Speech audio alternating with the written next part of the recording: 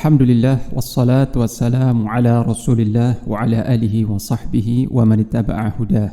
Terkait tentang bagaimana melatih keikhlasan dalam beramal dan agar dapat menjauhi riya atau ingin dilihat, dipuji oleh manusia, maka ada beberapa kiat yang disebutkan oleh para ulama kita.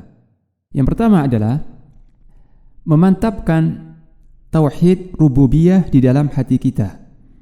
Yang dimaksud dengan tauhid rububiyah adalah meyakini bahwa Allah Subhanahu wa taala adalah satu-satunya pencipta, pemilik alam semesta dan pengatur semua yang ada di alam ini.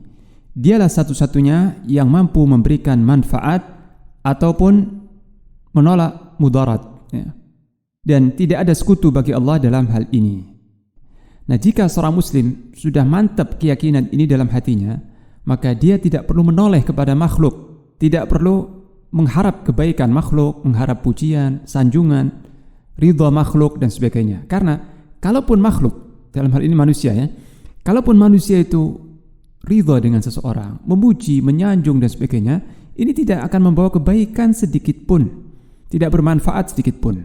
Dan juga sebaliknya, jika manusia itu mencela, membenci, mencaci maki dan seterusnya, maka itu tidak menimbulkan mudarat atau menimbulkan bahaya sedikit pun bagi kita.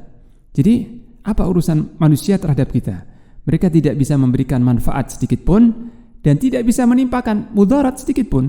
Nah, jika keyakinan ini telah tertanam dalam hati, maka seseorang hatinya akan berpaling kepada Allah semata, ya. Hatinya akan mengarah kepada Allah, berharap kepada Allah, berharap kebaikan dari Allah dan berlindung pada Allah dari keburukan, sehingga amal-amal ibadahnya hanya dipersembahkan untuk Allah Ta'ala.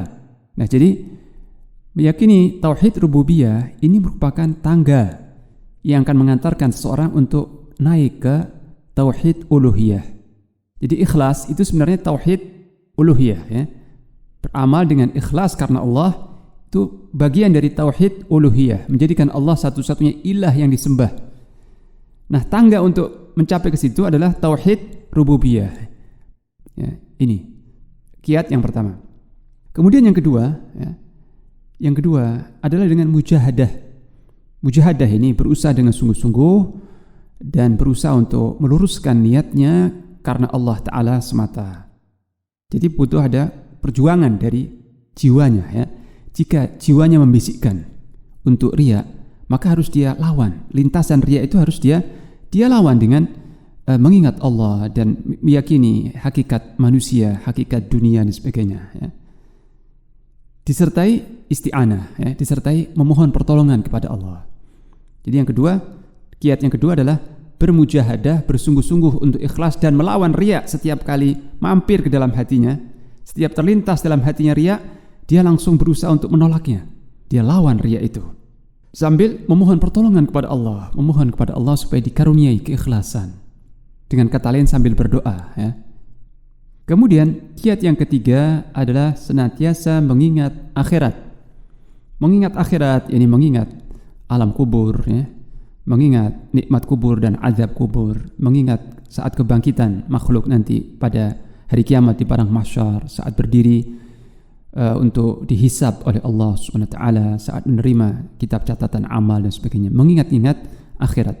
Karena dengan mengingat akhirat, mengingat kematian dan peristiwa setelah kematian, ya, maka seseorang akan merasakan bahwa dunia ini sangat singkat, ya. Sangat singkat, sangat sementara, sangat fana, dan akhirat kekal abadi. Maka salah satu hal yang akan membantu seseorang untuk ikhlas dalam ibadah adalah mengingat-ingat kematian dan mengingat akhirat. Apabila seorang bertafakur tentang akhirat dan keagungannya serta kekekalannya, dan juga bertafakur tentang dunia dan kerendahannya serta fananya, ya, singkatnya, maka hal ini akan membuahkan dalam hatinya raghbah, yakni minat yang kuat terhadap akhirat dan zuhud terhadap dunia. Maka setiap kali seseorang itu bertafakur tentang singkatnya dunia dan rendahnya dunia, maka akan semakin zuhud terhadap dunia. Dan ketika seorang bertafakur tentang akhirat, keagungannya, keabadiannya, kesempurnaannya, maka dia akan semakin berhasrat, yakni semakin hirs, semakin bersemangat untuk meraih akhirat. Sehingga ini pun akan mendorong seseorang untuk ikhlas. Allah Ta'ala berfirman tentang sebagian para nabinya, itu Nabi Ibrahim, Ishak dan Ya'qub, dalam surah Shad ayat yang ke-45, "Wadhkur ibadana Ibrahim wa Ishaq wa Ya'qub ulil aidi wal absar inna akhlasnahum bi khalisatin dzikrad dar." Dan ingatlah hamba-hamba kami yaitu Ibrahim, Ishak dan Ya'qub alaihi wassalatu wassalam. Mereka adalah orang-orang yang memiliki kekuatan dan pandangan yang lurus. Sesungguhnya kami telah mensucikan mereka dengan suatu akhlak yang terpuji, yaitu senantiasa mengingat akhirat dan mengingatkan manusia terhadap akhirat. Nah, kita meneladani para nabi-nabi tersebut, ya.